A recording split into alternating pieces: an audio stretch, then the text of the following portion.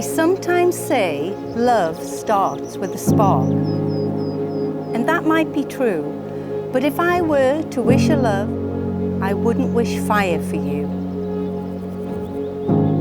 You see, fire is powerful. It burns bright, then it's gone. It's beautiful and warm, but it doesn't last long.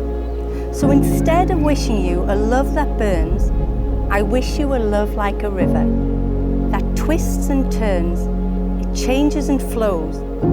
It is powerful and free, but it consistently finds its way back to the sea. And so, like the water, I hope your love is ever growing and ever changing.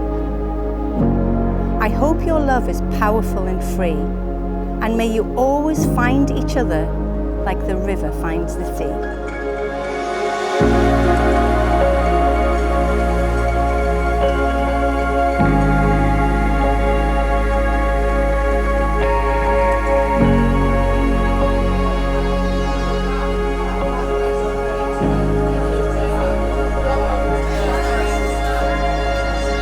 As a little girl growing up, your wedding is always something you dream about. Well, it is if you're a princess like me anyway. And finding the person you're going to marry is a big part of that dream. When you have a dad who is as generous, kind, caring and worships the ground you walk on just as much as mine does, finding that special person to live up to their standards was always going to be an onerous task. Now, whilst you don't run after me quite as much as my dad used to, but still does, you are everything I could ask for in a husband, and if Prince Charming does exist, you're twice as intelligent, 3 times as handsome, and 4 times as socialist.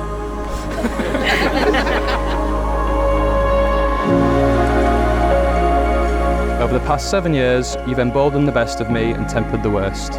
You've encouraged me to broaden my horizons, to push myself, and to believe that I can be good enough in anything that I do. I vow to repay all of these things 1,000,000 times over. I also promise to do the little things, to walk Tess in the cold and rain, to throw the decorative cushions at you at bedtime, put them back on in the morning, to put my cricket bag back in the garage at the first time of asking, mostly. I vow to always be available for cosy nights on the sofa, and to always be the one who picks you up from the bottomless brunches. There are some things that are beyond my control. I can't promise you that the sun will shine every day. I can promise to always lend you my coat. I can't promise that we'll never have disagreements, but I'll always be the first one to say sorry. I can't promise that we'll never grow old, but I will always be there to make sure that we can laugh at each other's wrinkles together. Finally, as the excitement of this magical day fades away, I vow to always love you even more tomorrow than I do today.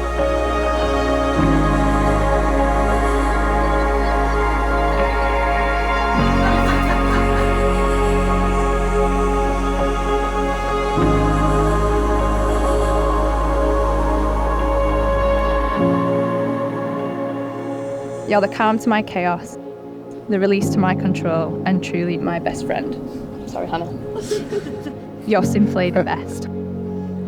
Thank you for loving me, especially on the days I don't always love myself. Thank you for your trust, honesty, and flexibility. And thank you for being my biggest fan. Thank you for helping build our life in Lincoln when we're both Yorkshire at heart. I promise to love you more each day if that's even possible. I promise to stand by you no matter what life throws our way, and I promise to always be me as long as you promise to always be you. Do you, Alex, take Olivia here present to be your lawful wedded wife? I do. Do you, Olivia, take Alex here present to be your lawful wedded husband? I do. Olivia and Alexander, may you have many happy years together. May you always believe in each other, and may the warmth of your love enrich your lives and the lives of all those around you. We hope you will think back on today often and be reminded of the strength and the commitment you have made to each other. You are 2 people with one life ahead of you. May it be filled with love and happiness. It is my privilege and very great pleasure to announce you are now lawfully married. You are husband and wife. Many congratulations, and Alex, you may kiss your beautiful bride.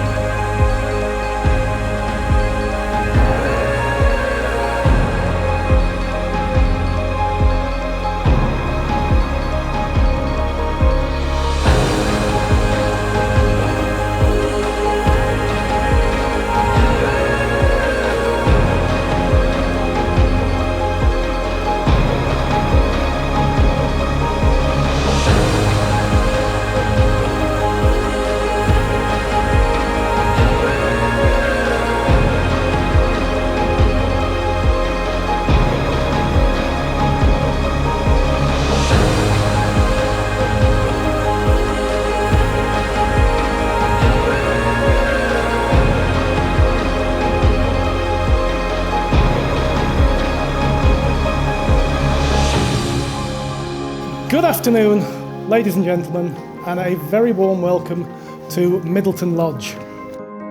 I have the privilege to be father of our beautiful bride here.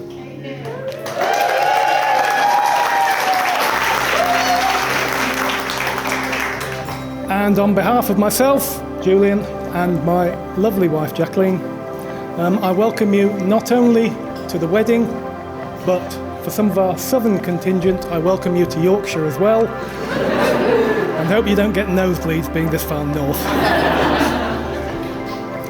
Our deepest gratitude to all of you for joining us on this joyous occasion.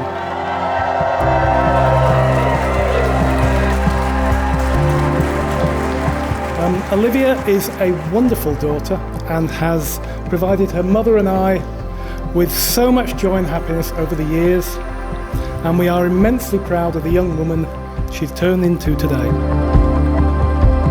I would like to officially welcome Alexander to the family, and it's a tribute to Darryl and Anne, his parents, that he's turned out to be the calm, level-headed, practical individual he is today, who is able to act as a perfect sounding board for Olivia to discuss things with.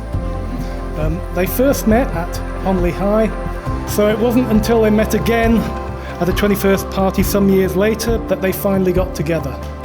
And I, for one, am very glad they did, as they obviously adore one another, and he's brought so much happiness into her life.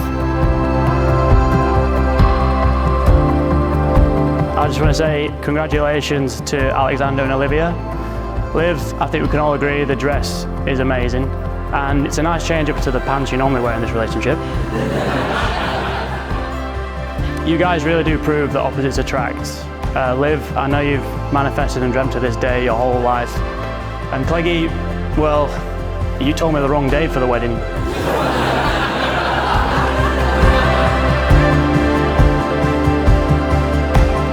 Alexander Clegg. My special boy. 28 years we've been together, and I still didn't get a ring, Liv, so count yourself lucky.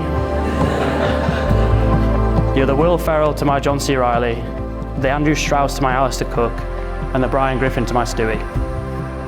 I love you both, and I'm excited to be by your sides for this journey, to mediate your battles, and to hopefully provide a few laughs along the way.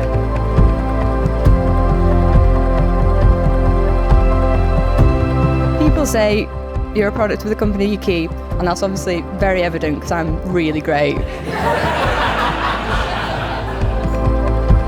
Olivia, you're kind and caring, funny, reliable, intelligent, hardworking and supportive. You're the first person I want to talk to if I have anything going on, whether it's good or bad, and I need your second to none, brutal, unfiltered, no-nonsense advice, which I often don't take, but always wish I did. Or if I want to consume several gin and tonics. Either way, I know you're always there. You'll help anyone out who's in need, without them even having to ask, which just shows the love and care you have for those around you. And over the course of our friendship, you spent large parts of it across the globe, and you've never really felt that far away. Growing up, you always want your best friend to end up with the man of her dreams, someone tall, good-looking, funny. I guess 1 out of 3 isn't so bad. Jokes aside, you absolutely bring the best out of each other, and for that, I can't thank you enough. Although you and Olivia differ in many different ways, you really are the perfect match. It takes a very, very brave man to be able to tackle the strong-willed, fiercely independent, slightly dramatic, and hyper-organised beast that is Olivia Parr. Or should I say Clegg? So I wish you honestly all the very best with that, because I think you may need it.